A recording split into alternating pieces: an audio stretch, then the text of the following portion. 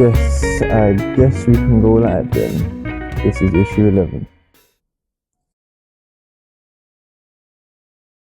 Welcome back. You know what I'm saying? Beard's getting longer. My hair's getting crazy, hence why I'm wearing the hat. Yeah, issue 11, you know. I didn't want this to be kind of like how 6 and 7 was, where they went back to back, sort of, and one was related to the other in a way, but I was thinking a lot about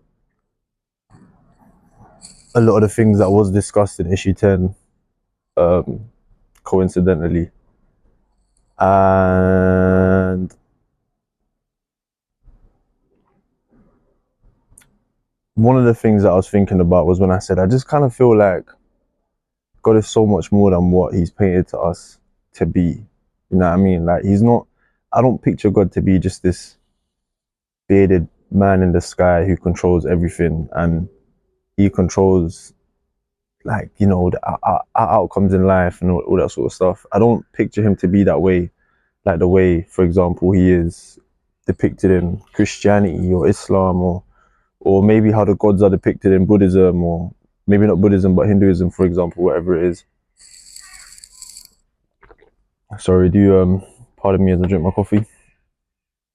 I feel as though God is just something a lot more than that, something that is so grandiose we can't comprehend, something just beyond the beyond. You know what I mean? Like, he's, and what's to say it's even he? It could be a she, or it could be both in unison working together. You don't know, and I don't know. And I guess part of faith is just not knowing and accepting that you don't know. You know what I mean? I was listening to Alan Watts, very interesting philosopher to listen to. If you guys don't know who he is, he explains a lot about life, and some of his ideas, it's very clear a lot of them are based upon like the Christian Bible and what the Bible speaks about.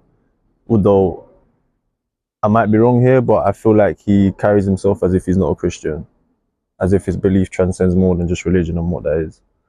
Which is fair enough. Like, I'm starting to kind of go down a similar route too, and I'm starting to think similar things. Not in a way where it's like I don't believe what the Bible says, or I'm not Christian, or I don't, you know, like follow certain things, but more so just that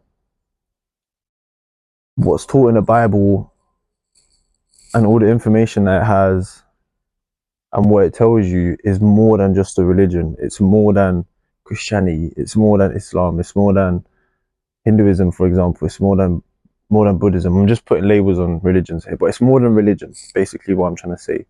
It's more than something that you should worship, rather something you should follow and do. You know what I mean? And of course, like, a lot of people might say, yeah, but that's what religion is. Religion is not like, not just something you worship, but it's like a way that you live life, and something that you do and something that you follow. But I think it's more than just like these simple rules, and it's just so much more than just mindless worship. Worshipping something that you don't know actually exists, or worshipping, like what Alan Watts says is, true faith is knowing that God is not this bearded man in the sky, and not needing to know that he's a bearded man in the sky. It's needing to not know what he looks like. It's needing to not know his capabilities, and just being able to live freely with that. Like, accepting that you don't know these things. Do you know what I mean? So if you need to worship something you don't know, then you're almost telling yourself, or trying to convince yourself, that he's there. And that's not really what faith is. And I hope I haven't butchered that explanation, and I hope I haven't got that right. I mean, wrong, sorry. But it really had me thinking, innit? And one interesting thing that he mentioned, which I've also been playing a lot of in my head recently, is, and I guess it kind of goes in hand, is that for me, everything kind of comes in a pair. Everything comes with its opposite counterpart. Everything has its opposite, if that makes sense. So in order for you to be good, you also have to know the capacity to be bad. Yeah? So let me kind of explain this a little bit further. how do you know that good is good? Or you need to know what bad is. You know what I mean? So if you understand that, um, if you understand that hugging someone is a good thing and it makes them feel good, well, the only reason why you know that that's good is not just because of how it makes them feel, but it's also because you have to understand the opposite. Doing someone wrong and seeing how that makes them feel allows you to understand that, all right, cool, the action of hugging and making this person feel this particular way after I've hugged them is a good thing. Because if I do the opposite, this is the outcome and it seems to be like a negative thing. So what else has its opposites, you could say? Everything. Man needs a woman and woman needs a man. They're opposites, but they work very well hand in hand. Without without experiencing cold, you don't know what hot is. Without experiencing laughter, you don't know what pain or sadness is. Um, Without death, you don't know what existence is. And what do I mean by that? Well, in order to know that you are alive, there has to be something to indicate that you are not alive. And what is that? It's death. Yeah, so without the experience of existence, there wouldn't, sorry, so without, if to know about the experience of existence, you have to know about the experience of death. So they have to work hand in hand. Um, in order to know that this mug exists and sits on this table, you have to know that there is a void or a space or an emptiness that this mug sits in and fills. So without the mug, there's emptiness.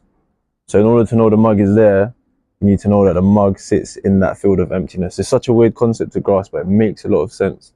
So one of Alan Watts's big arguments then was, what is the fundamental element of the universe? Like, where does all of this come from? And it comes from space. It comes from like an empty space. So from this empty space, you fill it with, or is born, like galaxies and stars and the world, and you know what I mean, like different planets and stuff like that.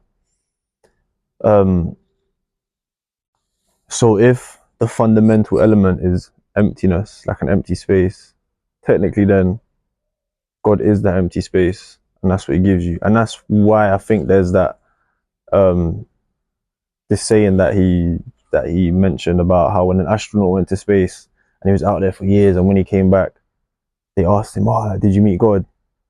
And he was like, "Yeah." And they was like, "What did he look like?" And the astronaut was like, "She is black," because you need to think of God as like the opposite of what you painted him to be, and that's why opposites work hand in hand. So I don't look. My belief is not necessarily that God isn't a white bearded man in the sky, and neither is my belief that he's the opposite, a black female. Like, you know what I'm saying, how the saying goes.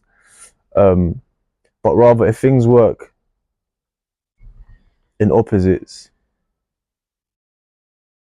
who isn't to say that God is both male and female capacity working together cohesively as one? Because it's the female capacity that, or it's the female nature that has the capacity to birth, right?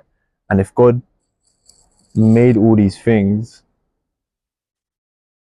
you could argue that that is a female capacity. Whereas people tend to look at God as like a fatherly figure, an authoritative figure, a figure that's not controlling, but yeah, an authoritative figure. And that tends to be a male capacity, that tends to be like a male trait. So what if he is both, he is all in one? I don't know, man. It's just something I think about. Um, and I have been thinking a lot about some of the things that I have been saying, and I don't take them back. I don't look back at any of my issues. Not to say that I ever sit down and watch them, because I don't. But I don't look at them and think, damn. I don't think in my head and think back and think, damn, man, maybe I shouldn't have said that. No, thinking that particular time, that's how I was feeling, and that's what I wanted to give to the world, because that's what was going through my head. But it's kind of weird. I'm at a crossroad right now, And in my head, like, it's the thoughts of, I always said that there's no right way to do things, yeah? So when you think about it, nobody knows what they're actually doing on this world. Nobody knows that it's imperative for you to have a job, work a 9 to 5 and earn money so that you can pay for your family. No one tells you that it's the right thing to do. As in, like, there's no set guidebook, like there's no set rule book that says this is what you have to do. You're just made to believe that that's important and that's what you need to do.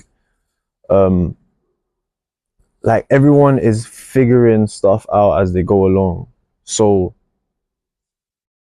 this world is just a big performance. People acting as though they know what they're doing when in reality they actually don't. They're just going off of like their best guess, their best guess. And unfortunately, there's a lot of people who think their best guesses should be the mold for how everybody else should be living their life based upon their best guesses. And I guess that's why we are made to feel as though we need to do certain things when in reality we don't.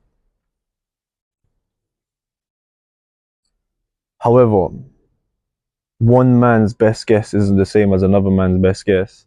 And one man's understanding of the world isn't the same as another man's understanding of the world. And one man's understanding of good and bad is not the same as another man's understanding of good and bad. And I say man, I just mean person.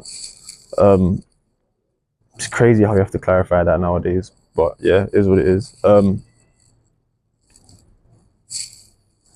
Like, these things are all very individual and unique. You know what I mean?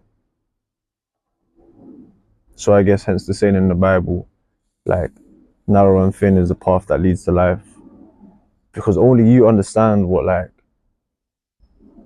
is inside of you. Who am I to tell you? You know what I mean? And who are you to tell me?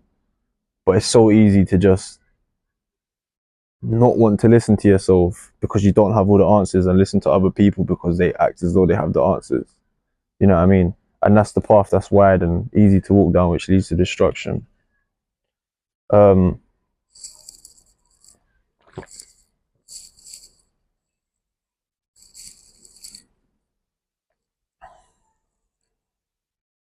so I guess that kind of leads me to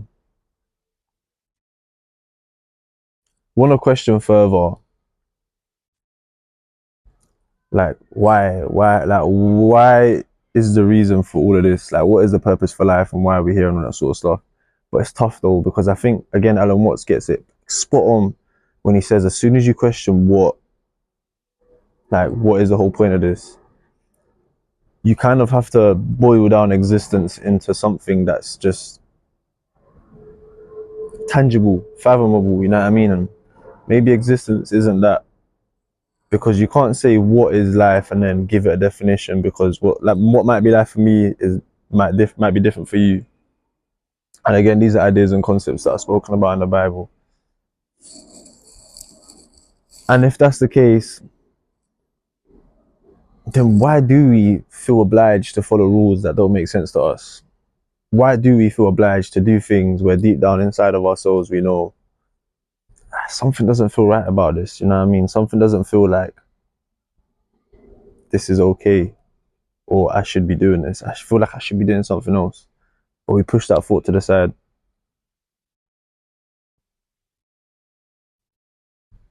Yeah, I don't know. It's strange. It is very strange. It's very strange. But I'm at that crossroad now where it's like, am I supposed to be going off of what the Bible tells me exactly? I'm really following that, no matter how tough it might seem to myself? Or should I, just be in existence, experiencing life to the fullest as much as I can? Because it's like, how do you answer a question like, what is life? Or like, why is life? Do you know what I mean? Like, for example, a tree's job is just to be a tree and grow fruits or leaves or whatever it might grow. I don't know, a dog's job is just to be a dog. They don't ever think like above and beyond being a dog. They just are a dog, and they don't think twice about it. They don't think twice about it. The same with like water. Water's job is just to water. You know what I mean? It's just to be wet and give life, and I don't know, just be water. It doesn't think twice about whether it needs to be water or not.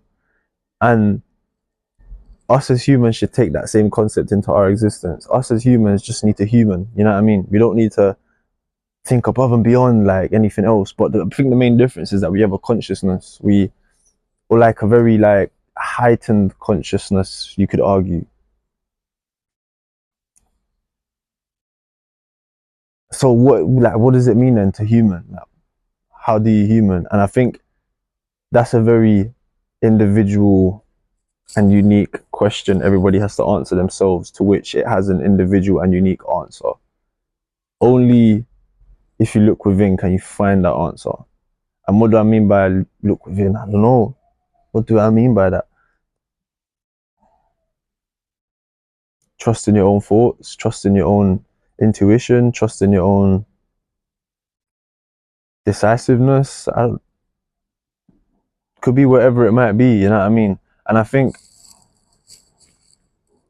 the Bible offers a very good structure and guideline into like discovering that, and into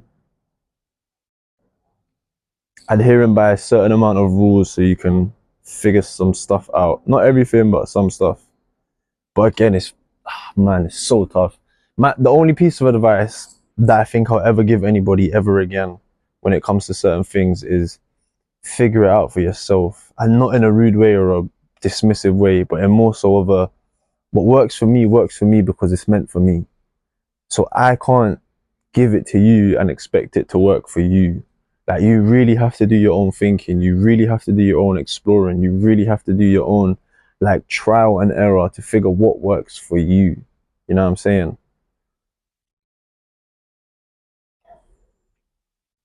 And I think the more I read the Bible, the more I'm starting to see, one, why we have free will, two, kind of like why Jesus came on earth, or why Jesus was given to us and like explained all these things to us, and three, why or maybe how God is just and fair, and how God operates in a way. So the Bible is a clear set of guidelines through which to make life a little easier and to understand certain concepts and ideas of life. So for example, do like the idea of karma. Do good, receive good. The Bible is very clear on that. Do bad, you receive bad. So it's not to say that if you do bad, God punishes you. Nah. Here's the whole point of free will. The whole point of free will is that you are able to make decisions for yourself. The Bible just tells you, however, bad decisions or bad actions come with bad consequences. And God's not going to stop those bad consequences just because he's your father. He tells you that you need to learn from your mistakes. And he says it's actually quite important that you learn from your mistakes, and that mistakes are inevitable, and mistakes are an essential part of life. No matter how much we try to fight it, no matter how much we might not want it, and not want the consequences of our mistakes, mistakes are an essential part of life. I was reading Mark 13 and 14 recently, and it's about the end of an era, and the Passover meal and the betrayal of Judas towards Jesus in the Garden of Gethsemane with a kiss. And I really took my time with this and really asked myself, what do these things mean? And I don't think the end of an era means the end of like times, or the end of the world, or the end of like this particular moment of civilization, how people or how Christians depict it to be. I genuinely think that it could be because a lot of the teachings from the Gospels transcends different planes of meaning and understanding and application. But it's very clear to me though, at least to myself, and I want people to read it for themselves and figure it out for themselves, but this is what is clear to me, that it's almost as though it's an end of an era at a particular moment of your life. So this is what Mark 13 describes. And it tells you all the telltale signs that you are transitioning from this particular person and growing or just moving to this particular person. And what I mean by that is, this could be the Juancho of today, and this could be the Juancho of next month. And the end of an era gives you all the telltale signs that you are now in transition from Juancho today to Juancho next month. And Mark 14 goes into details about some of the specific indicators of that. The betrayal of Jesus by Judas.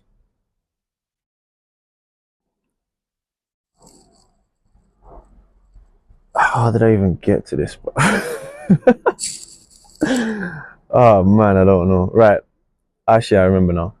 So, like, the Bible is so clear at depicting these things. It's almost as if, yeah, it's a guideline. It gives you the guidelines towards understanding life a lot better. And it tells you things in principle, and it makes things understandable for why certain things are necessary or whatever it is. So in Mark 14, like, the betrayal is gonna happen whether you like it or not. You know what I mean? It's necessary. It's imperative that it happens. And why Judas? Why one of the disciples? Why not just some random stranger? Why Kiss? I ask myself this so much, man. Well, Jesus says that it's gonna be one of you lot who dip from the same plate as I do, who eats on the same table as I do. It's one of my disciples. And if you take that personally, well, it could be something in your life. Well, let's break it down. A disciple is, before I get into the whole explanation, a disciple is follower of Jesus, somebody who Jesus can trust. And why a kiss? Well, a kiss, well, and a disciple is somebody who's very close by to Jesus. He's very close by, he's there at all times. Someone you can trust, someone you can rely on, someone who carries forth your message, you could say. And why a kiss? Well, I'm only going to kiss someone to say hello to someone if I know them, if I'm comfortable around them, if I'm comfortable enough to give them a kiss to say hello, and because it's a show of love and respect. And why is it a betrayal? And what is a betrayal? To betray, you have to deceive. So to deceive, you have to manipulate someone to believe that what is going on is correct when it's not. Smoky mirrors. It's a deception. So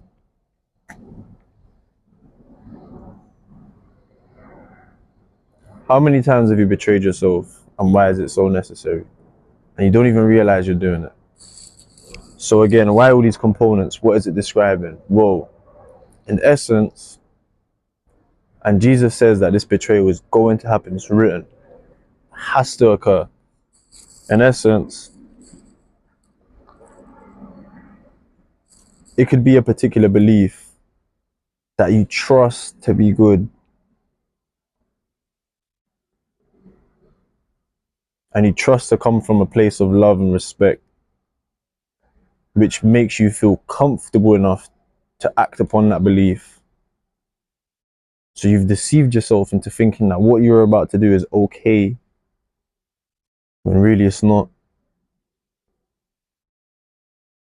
And you take it upon yourself to do that action.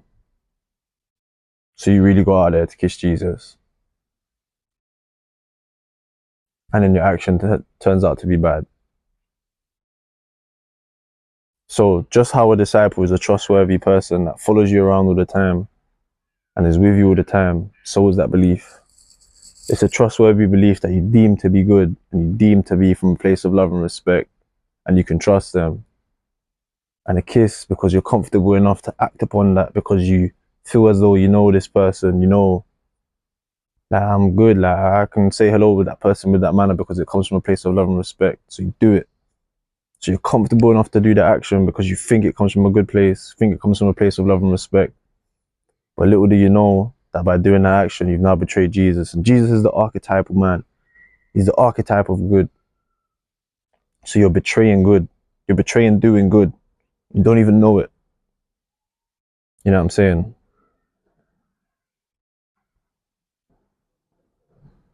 And then once you've betrayed Jesus and you've given him up to the guards to be taken to council, to be judged, to be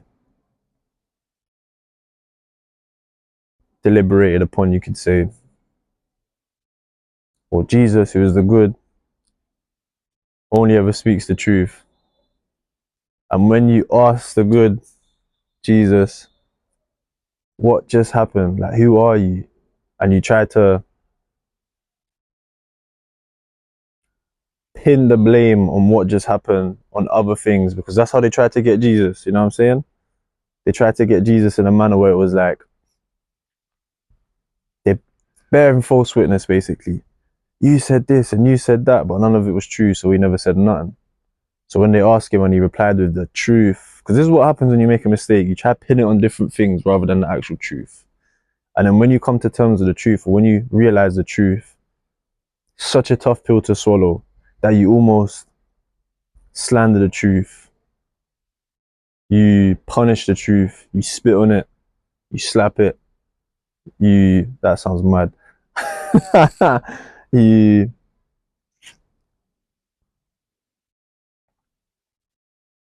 curse at it. And this is what they done to Jesus when Jesus told them the truth, no? And why is the truth so hard to accept? Well, think about it. The truth is so hard to accept because it exposes your inefficiencies. It exposes where you go wrong. It exposes you to the point where I'm not perfect. And no matter how hard I try, I get it wrong. And I'm not right. How many people really enjoy accepting defeat? And how many people really enjoy being wrong? Not that many.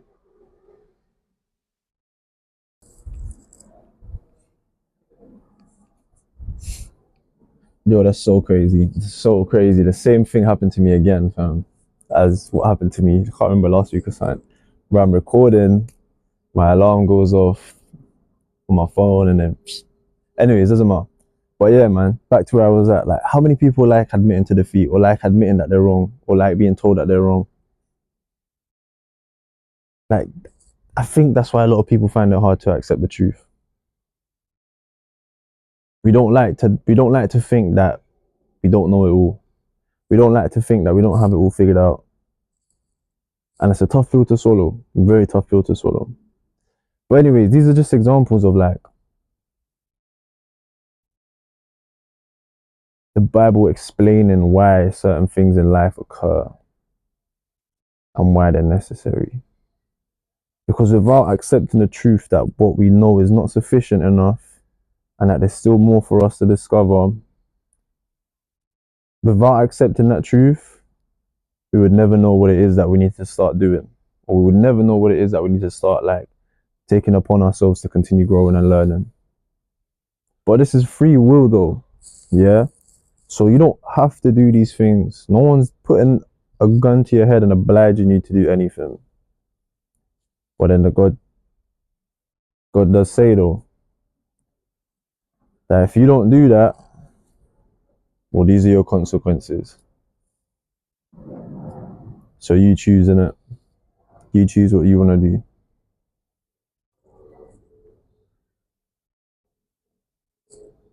So it's just had me thinking quite a lot, man. Like, how necessary actually is it that we do these things? If life is simply an experience, because again, we don't know what we're doing here. We don't know what it means to exist, and we don't know what the right thing to do is to exist. Therefore, making life an experience, kind of like a figure it out as you go along. How necessary then is it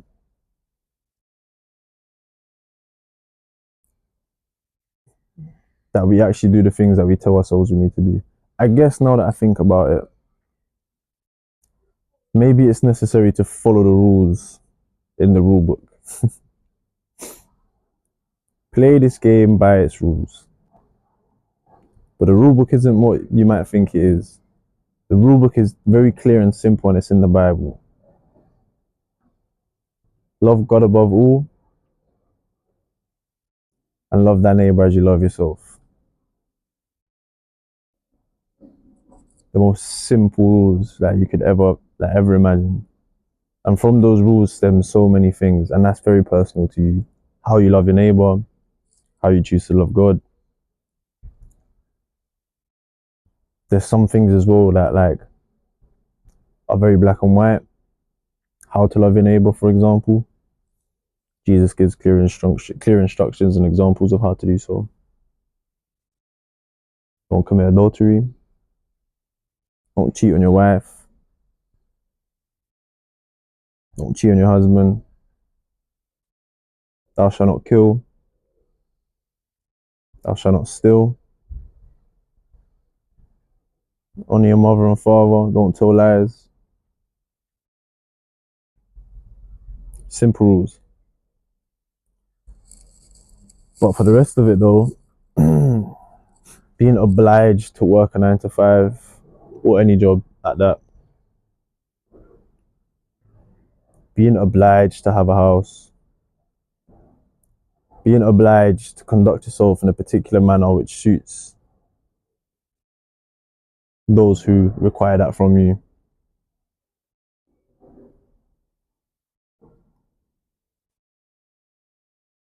How much of a necessity and an obligation is that? I don't know. I'm not too sure. Not too convinced. You know what I mean? I think if life is an experience that we figure out as we go along, I don't know about you, but I don't want to be doing the same thing for the next 40 years of my life, sitting behind a desk, working for somebody else. Or it could be behind a counter at that. It doesn't have to be a desk. I want to be able to explore, find out what life has in store for me. Do the things that are honest and true to me. What the burning desires inside of my heart tell me I should be doing. And it's tough to listen to that, and it's tough to follow to that, you know what I mean? Because society is set up in such a way that makes it very difficult for you to do that. Well then I guess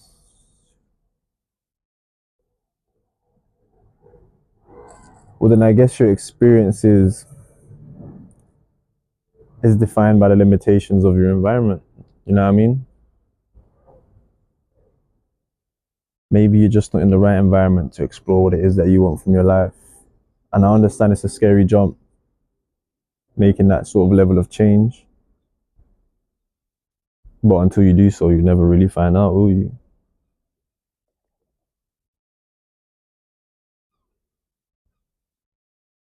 Yeah, man. Coffee's getting cold. It's probably already cold.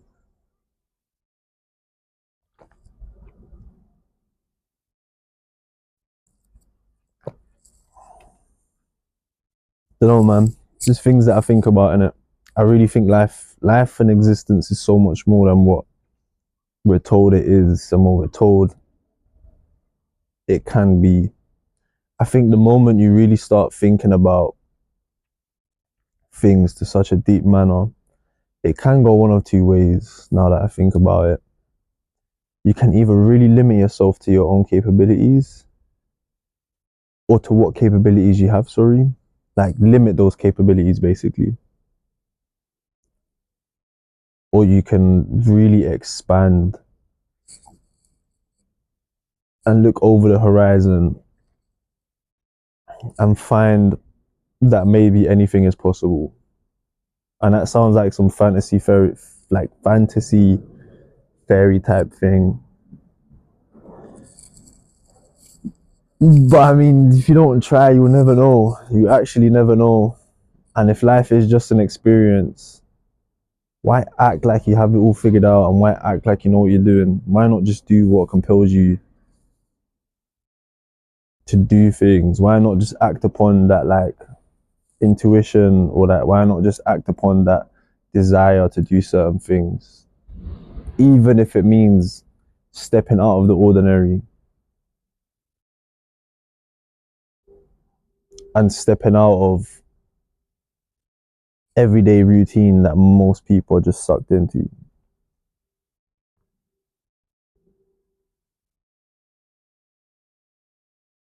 It's crazy. I find it so easy to articulate these thoughts in my head with not just words but feelings and depictions. But when you sit down and you try to articulate them, that's when I really know how like limited my um I know how limited my vocabulary and articulation is, you know what I'm saying? It's mad. I wish there was a way to project like thoughts via wireless feelings and wireless depictions, you know what I mean? If I could just project it and y'all could just understand it. But I do my best, you know what I'm saying? Hopefully I'm not just here like rambling on about the most random things, man. Yeah. It's crazy. It's crazy. I don't know. I just really do try to think about all these things quite a lot and find out what works best for me and figure out a way that like I can escape the clasps of society and not just conform to like ordinary and not conform to what's deemed acceptable. I don't know, man. I don't see why one person should be able to define that or like why one group of people should be able to define that. I don't see why everyone should just be told to follow this one thing and everyone just blindlessly follows it and doesn't question it. And even if you do question it, do nothing about it, you know? Because you can sit and think and you can sit and question, you can sit and say this ain't okay. But if that's as far as it goes, then you're only as defined as your actions, not your words. So you can say it's wrong, but if you don't do anything about it, your actions show that you agree with it.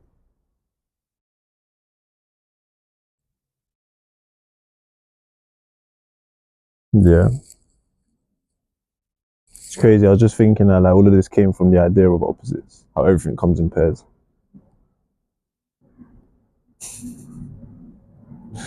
That's crazy. You just end up going off on like some mad tangent when you sit and just articulate your thoughts.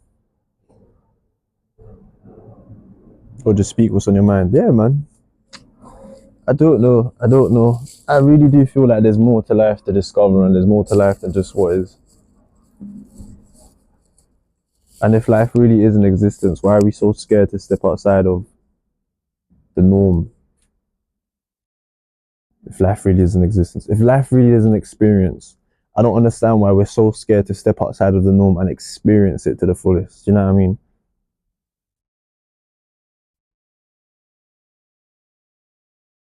Because I think about death too, man, and I think to myself that like the moment we are born, we start dying. When you think about it,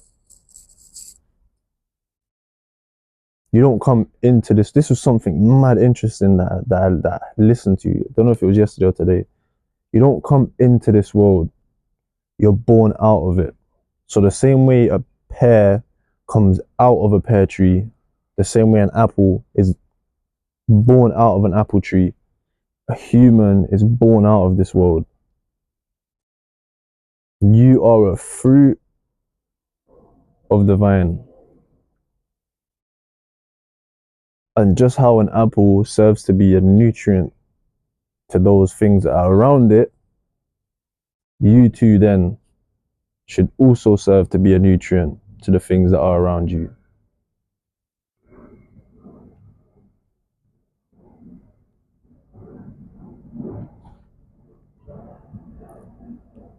And maybe that's what being a human is.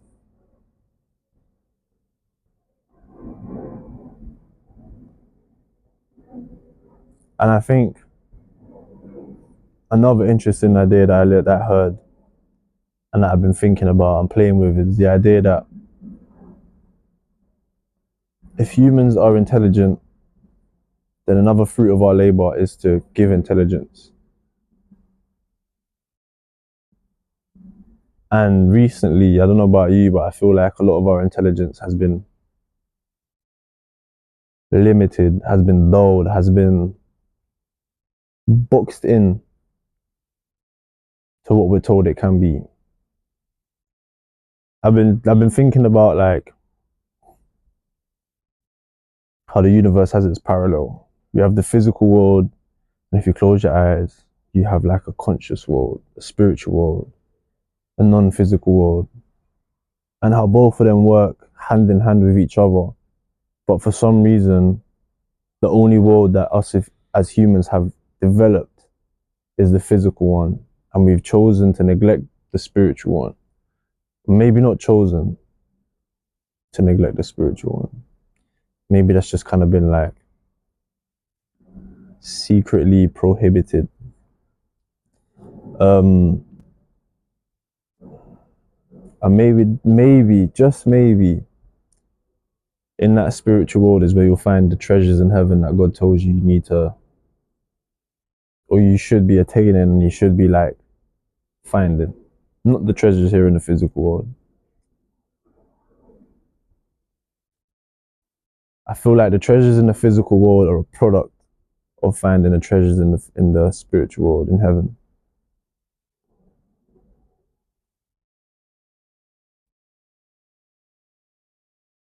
And I genuinely feel like the more we cultivate the consciousness side of things and the spiritual side of things, and that side of things, the non-physical world, we can discover more and more and more and more. And I feel like we can find so much more, bro. I don't know, we can advance just so much, you know what I mean? Compared to where we're at now. Maybe that's one of the main differences between like ancient civilizations and our civilizations of where we're at now. Maybe that's why the ancient Egyptians were able to build the Great Pyramids of Giza.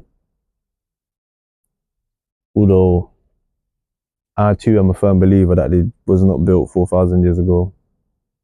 I do think they were built way, way, way longer than that ago, before the Younger Dryas. And if you don't know what the Younger Dryas is, search up Graham Hancock, Younger Dryas Theory. Watch Ancient Apocalypse on Netflix. I've said this before already, I'll say it again. Maybe that's why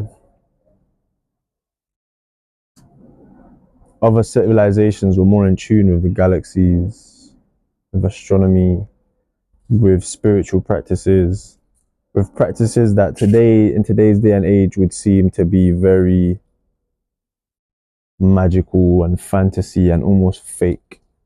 The whole point of experiencing life and exploring it to the fullest is for you to really make that magic and experience and find things that just beyond belief, you know what I mean? Things that you thought weren't possible that you made possible.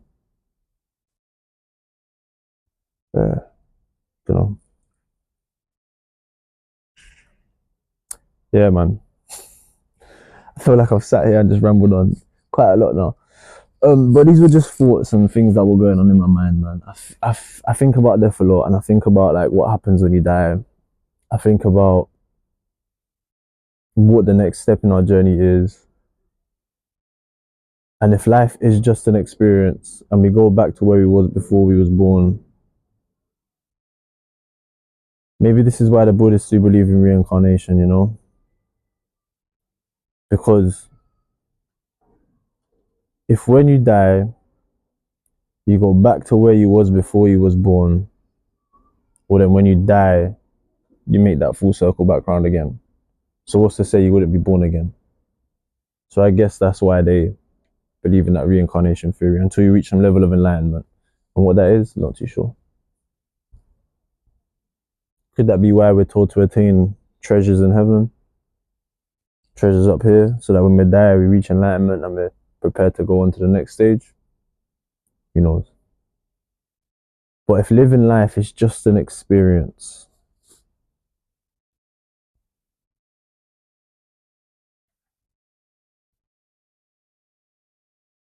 why are we so compelled then to limit our experiences because of who and what we're told we should be limiting our experiences to?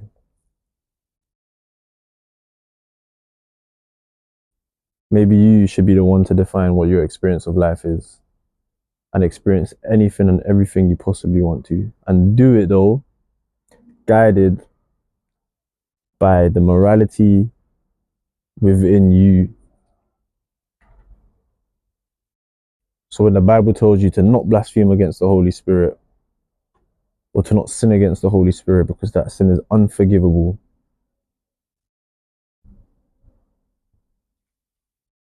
that is you choosing to go against what you feel is the correct thing to do. And when you think about it, that could be something as simple as, I do not feel as though I should be working 40 years of my life for the sake of earning income, but I'm going to do it because I'm made to feel as though it's a necessity. It could really be as simple as that. Because now you're choosing to go against your own nature, your own spirit. You're choosing to go against what you deem to be correct. And you're doing something else because that's what they told you is correct. Maybe that's why you'll find you're a bit unhappy. You're a bit unfulfilled. Find out what it is that like your desires are and what your spirit tells you you should be doing, and do it. And you will define your own experience on this earth.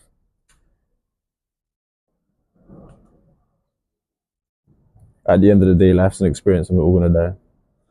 So we're all dying now, no? That's where everyone's journey leads them to death. So it's just about how you define the journey. It's about how you get there, innit? And do you want your journey to be boring? Do you want your journey to consist of things that you never wanted to do? Do you even want to begin your journey? I feel like a lot of people haven't even started walking. Or would you rather have fun along the way? Would you rather have a good time? And what I mean by good time is explore the things that you genuinely want to explore and do. And not just simple hedonic pleasures and desires, but meaningful things to yourself, whether that be creating art, spending time with loved ones, figuring out how to cultivate your own food. It could be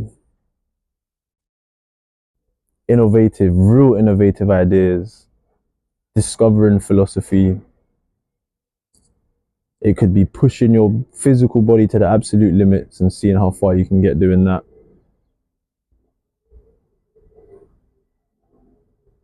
And not just simple hedonistic pleasures. Because you might find that in doing things, the other one, not the hedonistic pleasure, but more so meaningful things, you find a lot more pleasure in life. And is what you're doing, are your desires serving those, being a nutrient to those that are around you? Maybe that will dampen the suffering of life a little. You know what I'm saying?